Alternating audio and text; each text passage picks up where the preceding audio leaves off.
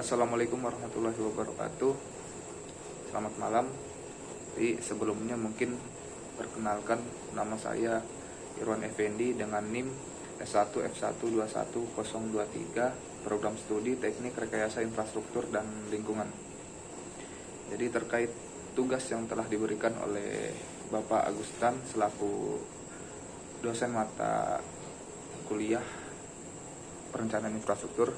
Jadi di sini saya akan menjelaskan tentang makalah dalam bentuk video terkait infrastruktur. Nah, nanti ini akan erat kaitannya dengan bagaimana infrastruktur pembangunan ini dengan potensi pertumbuhan ekonomi di suatu daerah. Jadi pertama-tama mungkin teman-teman pasti sudah tidak asing dengan kata perencanaan. Nah, perencana atau lebih kita singkatkan, lebih kita sempitkan lagi yaitu rencana atau plan. Nah, jadi teman-teman pasti sering melakukan sebuah perencanaan. Nah, tanpa disadari dalam kehidupan sehari-hari mungkin teman-teman sering membuat perencanaan. Semisal di malam hari sebelum tidur teman-teman membuat rencana untuk besok, ketika besok ingin membuat rencana bangun pagi, teman-teman akan beribadah, kemudian mandi, sarapan, dan berangkat ke kampus mungkin. Nah, itu merupakan suatu contoh kecil dari perencanaan.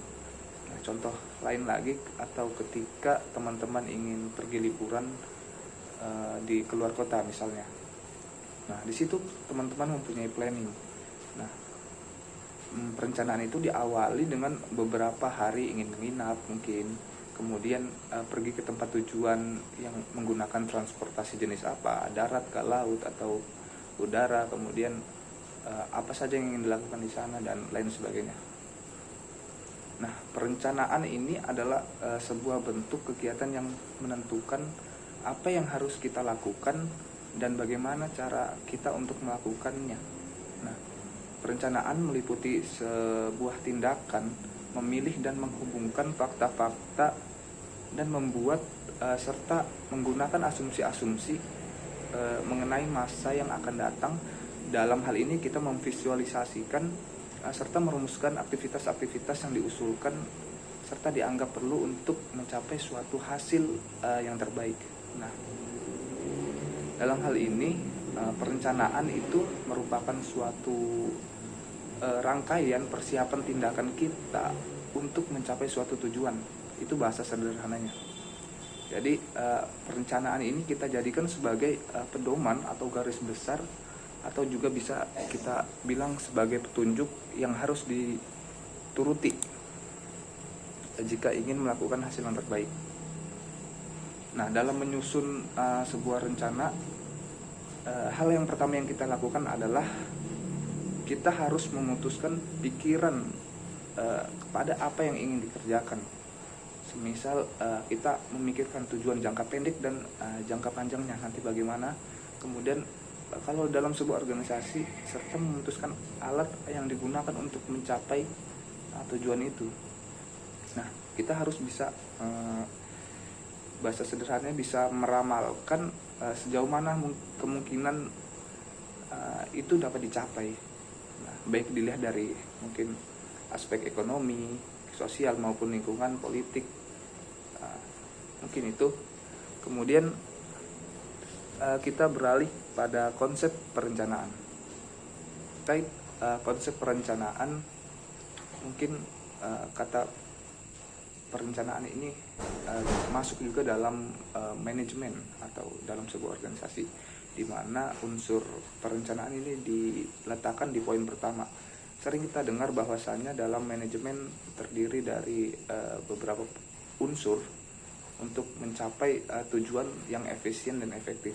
Unsur tersebut yaitu bisa kita sebut POACS: planning, organizing, actuating, controlling. Ini dilakukan untuk mencapai tujuan yang efektif dan efisien. Nah, jadi dalam konsep manajemen pun perencanaan ini menjadi unsur yang penting. Nah, untuk konsep perencanaan menurut beberapa pakar teolog Pramuji Atmodirjo dalam Hussein Usnaini tahun 2008 berpendapat bahwa perencanaan adalah perhitungan dan penentuan tentang suatu yang akan dijalankan dalam rangka mencapai suatu tujuan tertentu, siapa yang melakukannya, bila mana, bagaimana, di mana, cara melakukannya. Nah, itu menurut Pramuji Atmodirjo. Artian perencanaan adalah suatu proses menentukan apa yang ingin dicapai pada masa yang akan datang serta menetapkan tahapan-tahapan yang dibutuhkan untuk mencapainya. Dengan demikian, proses dari perencanaan dilakukan dengan menguji berbagai arah pencapaian serta mengkaji berbagai ketidakpastian yang ada. Kemudian mengukur kapasitas atau kemampuan kita dalam mencapai tujuan, kemudian memilih arah-arah dan langkah-langkah terbaik untuk mencapainya. Nah, mungkin itu. Kemudian dalam perencanaan ada beberapa syarat yang harus memang dipenuhi dalam perencanaan. Nah, syarat pertama itu harus logis. Rencana yang kita susun itu harus logis atau masuk akal. Kemudian yang kedua, realistis, nyata. Poin ketiga, sederhana. Kemudian dalam perencanaan juga harus sistematis dan ilmiah. Kemudian kelima, harus objektif dan fleksibel. Selanjutnya harus memiliki asas kebermanfaatan dan harus optimasi dan efisiensi. Nah, itu adalah syarat-syarat dari perencanaan itu sendiri. Kemudian mengapa syarat-syarat perencanaan itu harus ada? Nah, syarat-syarat perencanaan tersebut ada itu dikarenakan yang pertama karena adanya limitasi atau kendala, adanya batasan kita. Kemudian yang kedua adalah adanya motivasi dan dinamika. Dan yang ketiga adanya kepentingan bersama. Nah, ini umumnya dilakukan di organisasi. Kita membuat rencana karena adanya kepentingan bersama. Kemudian yang keempat, perencanaan itu harus memikirkan norma-norma yang ada. Nah, mungkin itu. Kemudian poin selanjutnya yang ingin saya sampaikan adalah faktor-faktor dalam perencanaan, atau apa yang membuat perencanaan itu harus dilakukan. Misalnya faktor-faktor itu terdiri dari mungkin sumber daya. Nah, ini sumber daya ini bisa berupa sumber daya manusia atau maupun sumber daya alam. Kemudian adanya ideologi atau falsafah. Kemudian tiga, adanya sasaran atau goals yang ingin kita bangun. Dan keempat, adanya dasar kebijakan. Kemudian kelima, adanya data atau metode yang kita gunakan untuk perencanaan. Kemudian yang enam adalah kondisi lingkungan, sosial, politik, dan budaya. Perencanaan ini merupakan suatu konsep yang penting dalam untuk kita penerapan hidup dalam keseharian. Tanpa perencanaan, hidup yang kita jalani mungkin berjalan, hanya saja mungkin tidak terarah. Nah, saya ambil pemisalan misalnya di lingkungan saya. Sebagai contoh, saya masuk kuliah di tahun 2021.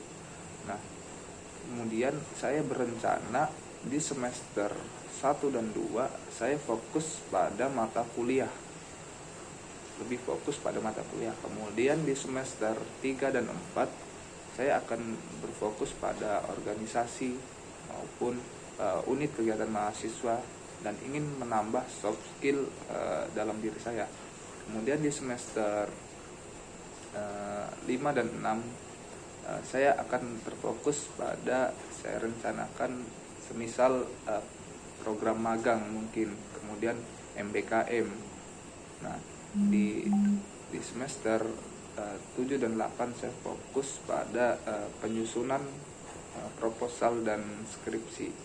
Nah, jadi target dalam rencana saya kuliah saya yaitu 4 tahun. Misal masuk di 2021, maka saya akan keluar di 2025. Nah, jadi konsep perencanaan itu mungkin seperti itu. Dari berbagai teori perencanaan tadi, mungkin bisa kita ambil suatu poin, beberapa aspek, yaitu dalam perencanaan, satu, adanya penentuan tujuan yang ingin dicapai. Kemudian yang kedua, memilih dan menentukan cara apa yang akan ditempuh untuk mencapai tujuan dan dasar alternatif yang akan dipilih. Kemudian yang ketiga adalah langkah-langkah apa atau usaha-usaha apa yang ditempuh untuk mencapai tujuan tersebut. Nah, selain aspek ketiga aspek tadi, perencanaan ini sebenarnya memiliki banyak manfaat bagi organisasi, kemudian perusahaan atau sebagainya. Karena perencanaan ini tidak hanya dalam diri sendiri, tetapi dalam perusahaan membutuhkan apa itu perencanaan. Nah, sebagai contoh, manfaat dari perencanaan dalam perusahaan, satu itu dengan adanya perencanaan, maka pelaksanaan kegiatan bagi perusahaan mungkin akan berjalan dengan efektif dan efisien. Itu yang pertama. Kemudian yang kedua, dengan mengatakan bahwa tujuan yang telah ditetapkan dapat dicapai dan dapat dilakukan koreksi atas penyimpangan-penyimpangan yang timbul di awal tadi. Nah, kemudian yang ketiga, dapat mengidentifikasi hambatan-hambatan yang timbul dalam mengatasi hambatan dan ancaman. Nah, itu poin ketiga. Dan yang keempat, dapat menghindari adanya kegiatan pertumbuhan dan perubahan yang tidak terarah dan terkontrol. Jadi perencanaan ini atau planning ini dijadikan sebuah dasar atau pegangan dalam sebuah perusahaan atau organisasi.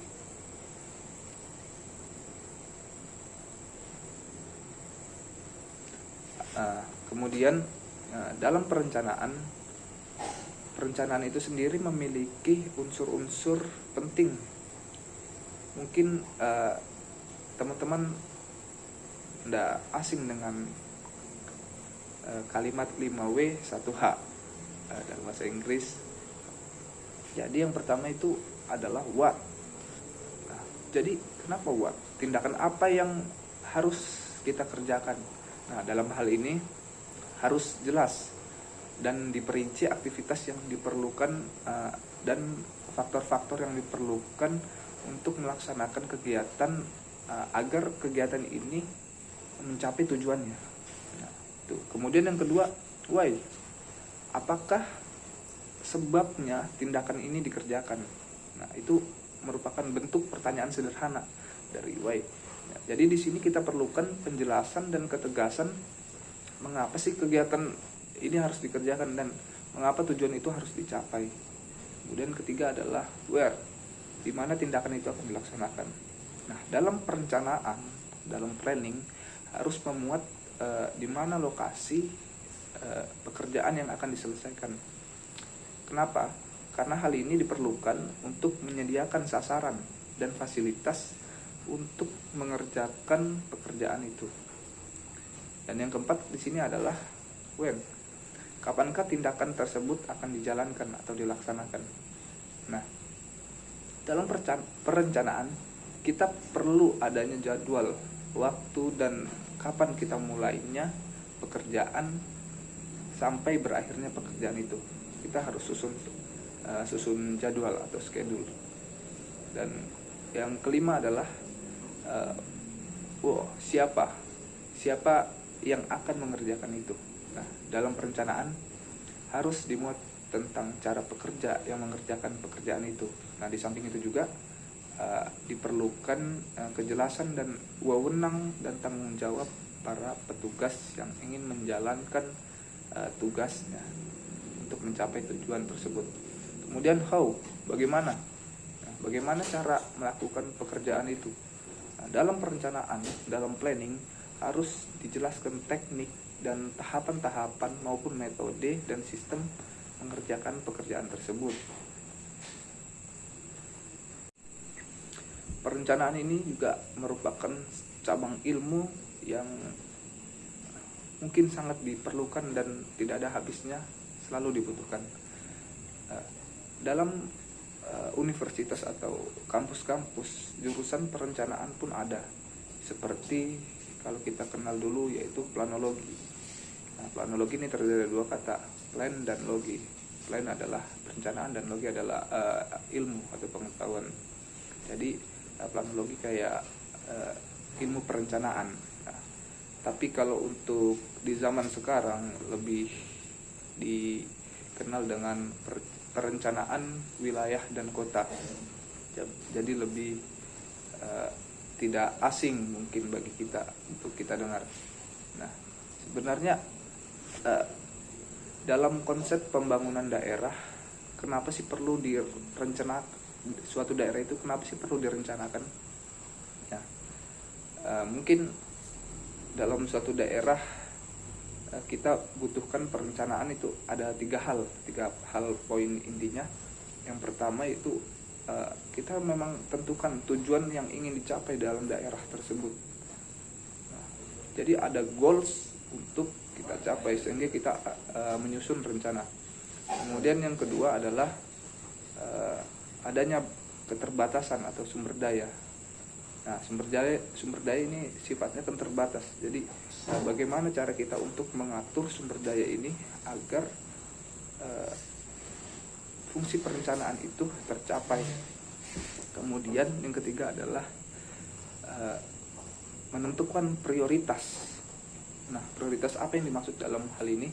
Misalnya dalam suatu wilayah ada 3 zona dalam tata ruang daerah. Misalnya di zona kuning itu di tata ruang pertanian misalnya atau pemukiman. Kemudian di zona merah maka di situ dibangun industri. Kemudian di zona hijau bisa kita rencanakan misalnya di pariwisata. Nah, jadi mana yang ingin kita dorong duluan, mana yang ingin kita prioritaskan duluan, entah zona merah kah, zona kuning. Nah, ini harus menyesuaikan dengan sumber daya yang ada pada daerah itu sendiri. Jadi ilmu perencanaan ini sebenarnya ilmu yang kompleks karena mempelajari tentang berbagai aspek seperti sosial, ekonomi, hukum. Jadi ada istilah bahwasanya ilmu perencanaan ini belajar sedikit tentang banyak hal. Mungkin teman-teman sering dengar. Nah, dalam perencanaan pembangunan daerah, dalam perencanaan itu harus adanya program dan anggaran, itu harus match. Nah, kemudian prinsip dalam pembangunan daerah itu yang pertama tidak lepas dari visi pembangunan nasional. Kemudian adanya pemangku kepentingan atau stakeholder. Nah, ini akan berperan penting pada perencanaan suatu pembangunan daerah. Kemudian yang ketiga, terintegrasi rencana tata ruang daerah yang seperti saya bilang tadi, zona kuning, zona merah, zona hijau. Kemudian dalam suatu wilayah, dalam perencanaan pembangunan wilayah itu ada 3 macam. Yang pertama adalah RPJPD atau Rencana Pembangunan Jangka Panjang Daerah. Nah, mungkin sering dengar. Kemudian yang kedua RPJMD, Rencana Pembangunan Jangka Menengah Daerah. Kemudian ketiga adalah RKPD atau Rencana Kerja Pembangunan Daerah. Nah, lantas apa yang membedakan ketiga wujud dari perencanaan daerah ini? Nah, letak perbedaan dari ketiganya yaitu kalau perencanaan pembangunan jangka panjang daerah itu lebih menghitung atau mengestimasikan jangka panjang. Di sini kurun waktunya itu kurang lebih ada 20 tahun untuk RPJPD. Nah, kemudian untuk RPJMD atau rencana pembangunan jangka menengah itu kurun waktunya adalah penyusunannya 5 tahun. Jadi 5 tahun. Nah, ini yang biasa dipakai oleh pemerintah daerah karena mungkin lebih terbatas mungkin karena dalam satu periode 5 tahun. Nah, kemudian yang ketiga adalah RKPD atau Rencana Kerja Pembangunan Daerah. Ini berjalan selama 1 tahun. Kemudian dari ketiganya ini sebenarnya bagaimana pola penyusunan dari 3 wujud perencanaan dan pembangunan daerah tadi. Nah, yang pertama itu penyusunan rancangan awal atau biasa kita sebut drafting. Nah, di sini peran dari Bapeda sangat penting untuk mengikuti arah pembangunan nasional. Jadi harus sinkron antara rancangan awal dengan arah pembangunan nasional. Kemudian yang kedua sering kita dengar musrembang atau musyawarah perencanaan pembangunan. Biasanya kan ada itu di desa, musrembang dusun. Nah, itu yang kedua. Kemudian yang ketiga perumusan rencana akhir. Dan yang keempat adalah penetapan rencana. Nah, jadi itu singkat tentang teori perencanaan. Nah, mungkin kita sekarang beralih pada studi kasus dalam perencanaan pembangunan daerah. Saya mengambil kasus bagaimana sih korelasi antara sumber daya, infrastruktur, dan pertumbuhan ekonomi yang ada di suatu daerah. Saya ambil sampel di Kecamatan Lalembu misalnya. Bagaimana sebenarnya infrastruktur yang ada di Kecamatan Lalembu. Nah, mungkin sebelum itu saya paparkan dulu sedikit gambaran tentang Kecamatan Lalembu. Nah, jadi Kecamatan Lalembu ini merupakan satu kecamatan yang ada di Kabupaten Konawe Selatan, Provinsi Sulawesi Tenggara, yang memiliki luas wilayah 146,60 meter persegi. Nah, Lalembu ini berjarak 42 km dari ibu kota Kabupaten Konawe Selatan ke arah barat daya melalui Kenanggea. Nah, jadi pusat pemerintahan di Kecamatan Lalembu itu berada di Kelurahan Atari Indah. Nah, menurut BPS Konsel di tahun 2011, bahwasanya Kecamatan Lalembu ini memiliki populasi sekitar 18,240 jiwa di tahun 2018 dan memiliki 16 desa dan 1 kelurahan.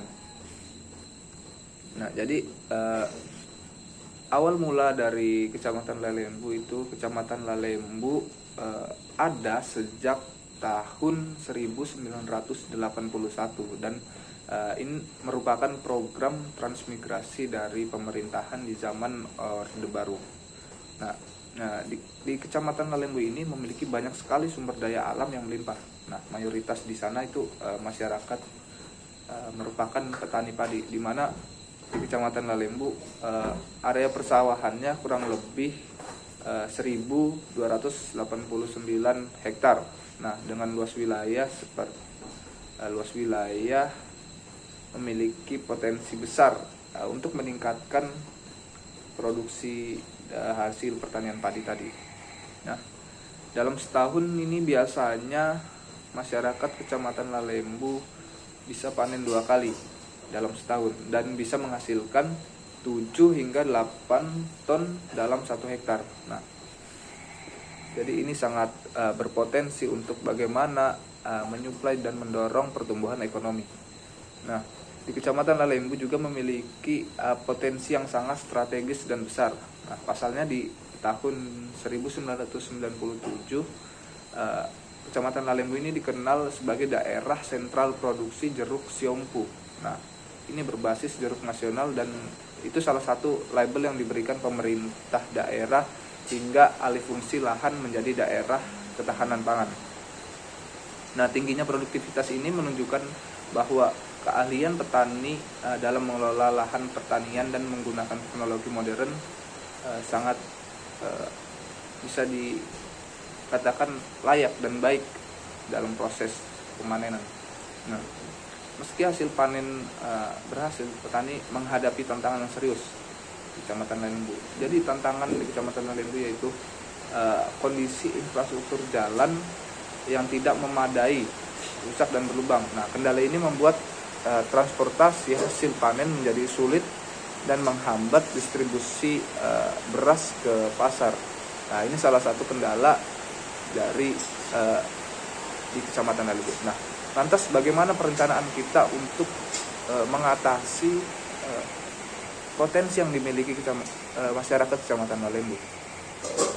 Kalau kita melihat dari sumber daya alam, masyarakat Kecamatan Lalembu di sana merupakan daerah yang memiliki potensi besar di bidang pertanian dan sebagai penunjang perekonomian masyarakat sekaligus mampu memenuhi kebutuhan konsumen di beberapa kota-kota besar di Sulawesi Tenggara.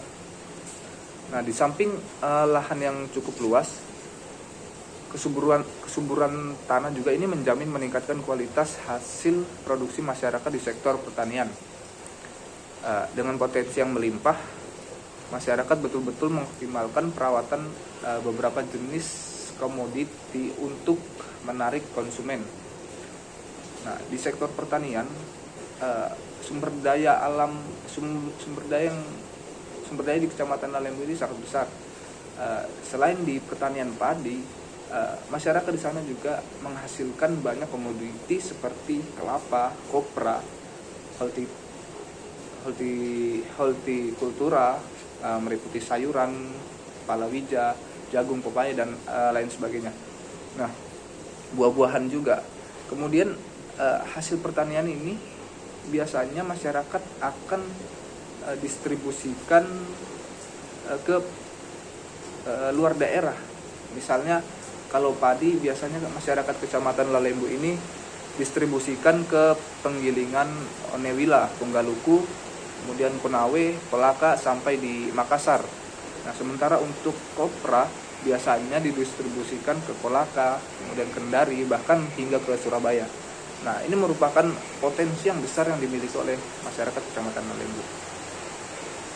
Nah, lantas bagaimana korelasinya tentang infrastruktur jalan yang kurang memadai dalam proses pendistribusian barang dan jasa hasil pertanian masyarakat di Kecamatan Lalembu? Nah, tentunya ini sangat jalan berkesinambungan antara pertumbuhan ekonomi dan infrastruktur jalan yang ada di sana.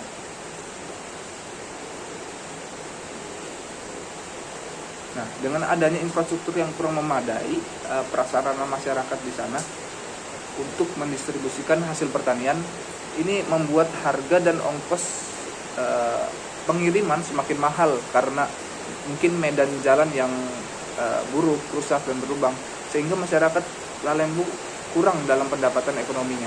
Nah, sementara harga pupuk, racun dan modal pertanian di sana sehingga agak mahal, sehingga masyarakat kadang mengambil sedikit keuntungan akibat dampak dari infrastruktur jalan yang kurang memadai. Mungkin teman-teman bertanya bagaimana kondisi jalan yang ada di Kecamatan Lalembu. Untuk itu silakan lihat video.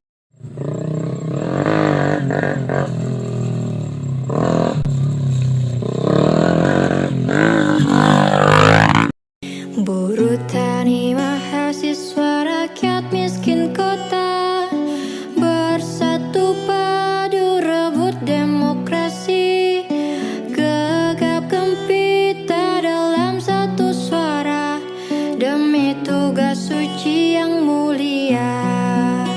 Jane dalane iki ndi ta jane iki? Nungkokne rawan selawe ewu mek liwat dalan koyo ngene. Wegah aku mau gonceng timbangane glundung aku. Wegah. rawan selawe yang liwat dalan kayak gini. Iya brak malah. Lah ya jualannya kayak gini loh mas. Nukokne rawan selawe diliwatnya kayak gini. Enak tuh mas jalan iki mas. Gebrak aku rawani digonceng aku ngene iki. Nah, itulah tadi kondisi jalan yang ada di Kecamatan Lalembu.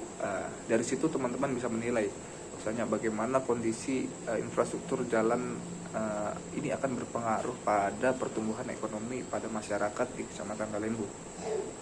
Nah, tentunya jalan itu berada pada Provinsi Sulawesi Tenggara, di mana menurut data BPS pun Sulawesi Tenggara ini masuk dalam 10 provinsi dengan ruas jalan rusak terpanjang. Nah, jalan rusak di Sulawesi Tenggara menurut data BPS itu sepanjang 3023 km.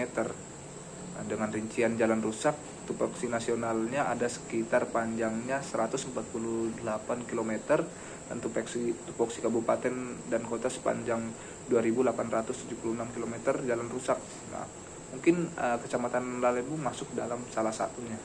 Nah, perlu teman-teman ketahui bahwasannya jalan yang ada di Kecamatan Lalembu merupakan jalan penghubung antara Kabupaten Konawe Selatan menuju Kabupaten Kolaka Timur. Nah, dengan kondisi jalan yang rusak, maka akan berpengaruh dengan pertumbuhan ekonomi masyarakat yang ada di Kecamatan Lalembu. Nah, perlu diketahui teman-teman bahwasannya kondisi jalan rusak yang ada di Kecamatan Lalembu itu kurang lebih sepanjang 25 km mulai dari Desa Merongaraya sampai Desa Sumberjaya. Dan kondisinya ini pun cukup parah.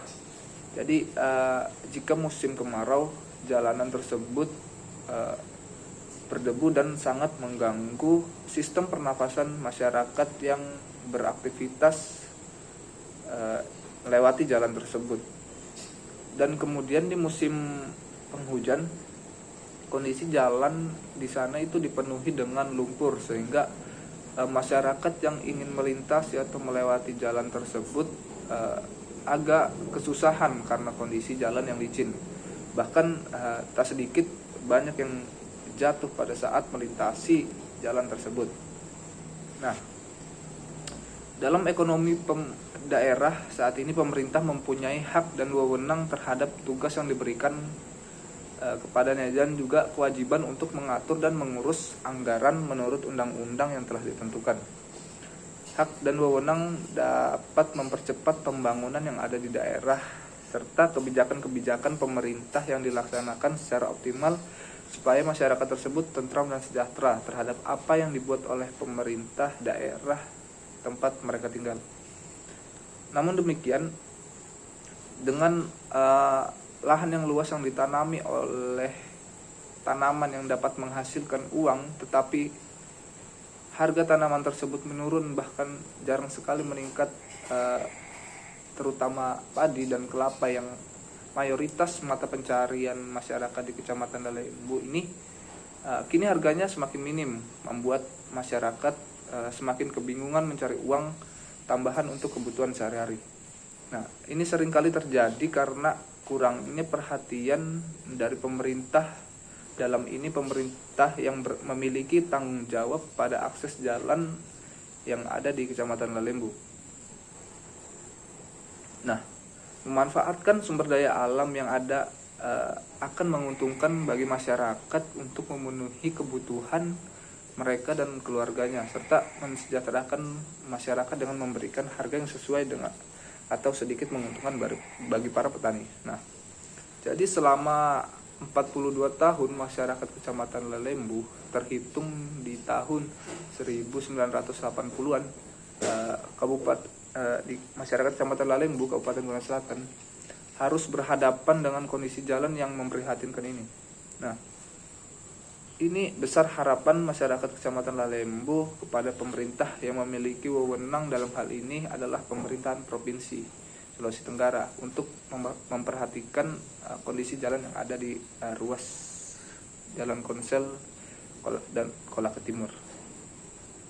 Nah, dari penjelasan tadi bahwa dapat kita simpulkan antara korelasi sumber daya, baik itu sumber daya alam maupun manusia, dan infrastruktur jalan untuk pertumbuhan ekonomi di daerah tersebut, atau dalam hal ini Kecamatan Lalembu. Nah, jadi jika akses atau infrastruktur jalan memadai, maka proses mobilisasi hasil pertanian akan lancar, sehingga memberi peningkatan dan mendorong pendapatan masyarakat khususnya di Kecamatan Lalembu dalam hal ekonomi. Jadi akan berkesinambungan antara infrastruktur jalan dengan pertumbuhan ekonomi masyarakat Kecamatan Lalembu. Mungkin itu saja yang bisa saya paparkan terkait tugas dari perencanaan infrastruktur. Kurang dan lebihnya saya mohon maaf. Jika ada salah, datangnya dari saya, dan ada yang benar, datangnya dari Allah Subhanahu wa taala. Untuk itu, billahi taufiq wal hidayah. Wassalamualaikum warahmatullahi wabarakatuh.